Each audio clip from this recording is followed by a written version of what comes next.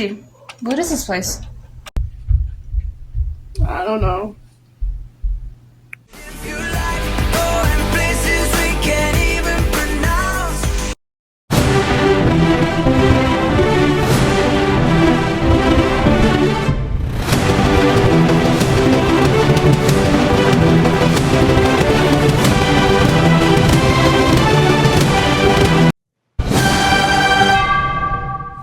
Welcome back, Diversity Divas. We are finally starting North America with the country of Cuba. Don't forget to like, follow, and click the notification bell so you never miss any new things from our channel. Let's get into the information. As Cuba was hit by a hurricane, power cuts through November happened. This hurricane took a toll on their tourism-reliant economy. Most of the industries are already under government control. Cuba is under a socialist political system ruled by a communist party, which took control of the three branches of government and media. The Cuban National Legislature has 612 seats with 5-year terms, meeting twice a year. The highest court is the People's Supreme Court. The executive branch has a cabinet, which is the highest administration body, including the president and vice president, which is similar to the U.S.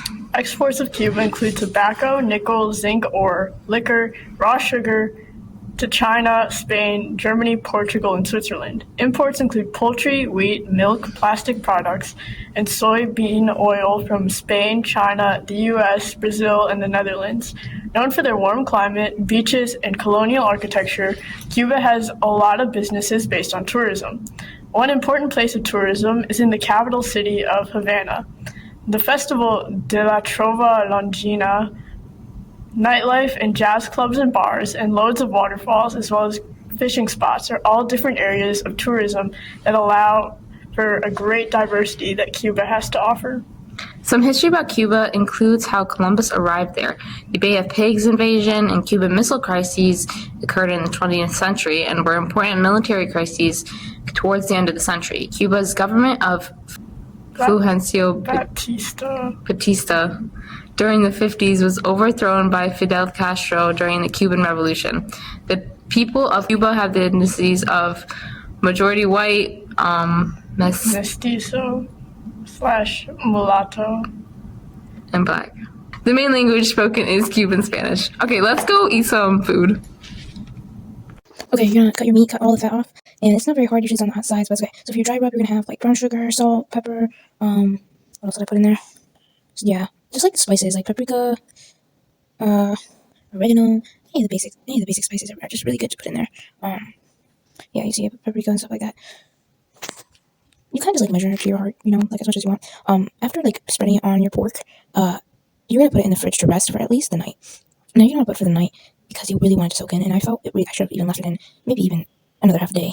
But yeah, you're gonna just like spread it on it, and you're gonna so I put cumin, garlic powder, just your really basic spices, and you kind of just like put it in a bowl, mix it up, and then you put it on there. What was up in there? I think it was chili powder. Yeah, chili powder, coriander seeds. Yeah, and then I did a little bit on the top, just like extra, yeah. So after resting it for a whole night, you're gonna sear it in a pan with some hot oil, and each side gets 2 minutes, of searing on high heat. Make sure to put your fan on because it's gonna smell, but good smells, Okay, after searing it, you're immediately gonna put it in a Dutch oven and put chicken stock around it, so like it has something to be moist on. And then after roasting it in the oven for about 3 hours, you're gonna shred it. And I just did this with 2 forks, and yeah, I just shredded it and put it aside.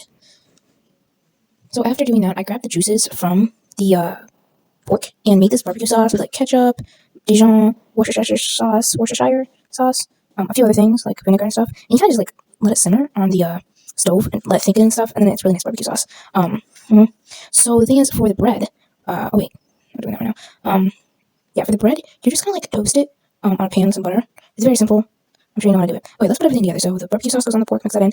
So we made this mustard, mayo, chili powder mixture that you spread on the bread. So spread that on the breads. And then after this, you're gonna layer any meat of your choice, any deli meat. I did roast beef, it's like corned beef thing. I don't know, it was really good.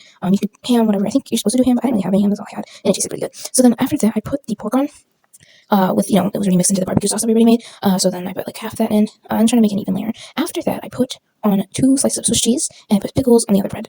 I just put as many pickles as I could because I like pickles. So yeah, no other vegetables really be going on, I don't think. Yeah. So then I just layered that cheese and the pickles, and then I put it in the panini. So my grill is not that big for the Italian bread. It's not supposed to be this thick. The salad bread. This is the only bread I could find. That's okay. So I let it grill and smush down because traditionally it's supposed to be smushed down. So Pickles. This is fire. Thank you.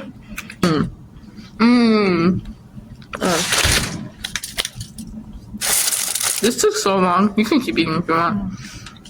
So, this took so long. Okay, so first, with the pork, I cut off the fat. Then I put like dry rub on it. And then let it sit and like marinate in the dry rub in the fridge for a whole night. And like most of the day. Then the next day, towards the nighttime, I like seared the pork and then put it in a Dutch oven. And then put that Dutch oven in the oven. And then that was at 300 for about, I had about 1 pound of meat. Oh, jeez. I think it was in there for like about 2 hours, I think, at most. Maybe even a little less. I forgot how much I put in there. And then after it was done cooking, I also put chicken stock in the Dutch oven. Yeah, after searing it. So then basically what happened was I made a sauce for the pork after shredding it, and then that went on the bread. So what was in the sandwich was this another like spread on the breads after like, okay, you also have to warm up the bread in the pan. So put a little butter and then you warm up the breads. And then on the bread goes this mustard, mayo, and chili powder. They said cayenne, but I didn't have any. I like ran out. Okay, though I just put chili powder and it tasted fine. And then put that on the bread. And then on top of the bread, put your meat of choice. They said ham, but all I had was corned beef, so I put that on. And then layer that. And then you put your pork on top. So my pork already had its like barbecue sauce that I made on it. And then on top of the pork goes the cheese. Yeah, put the cheese. And they also put pickles, I think.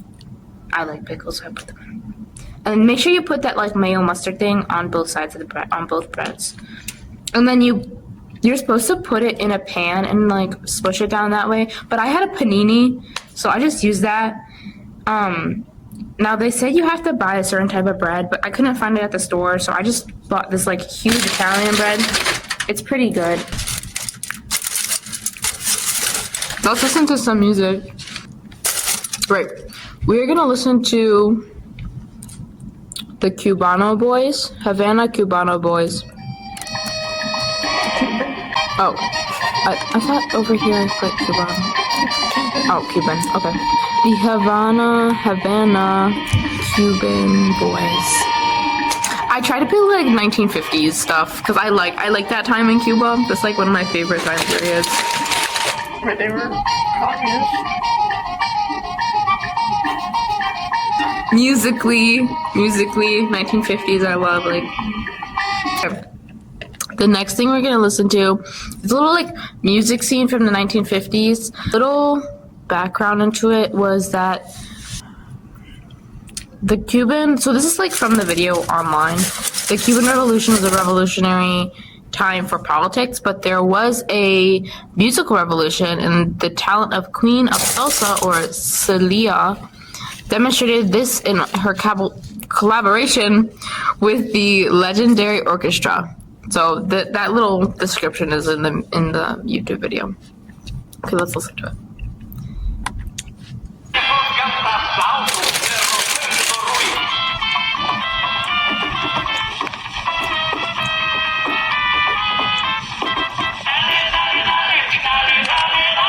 That's so cute. They all like come to this microphone at once. Oh my gosh, we used to play that instrument in elementary school. Someone would have the maracas and the other person would be like doing the thing. I love maracas.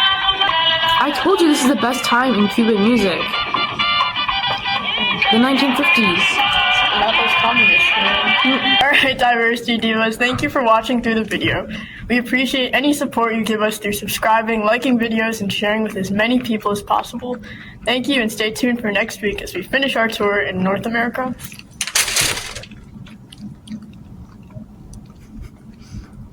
Peace out.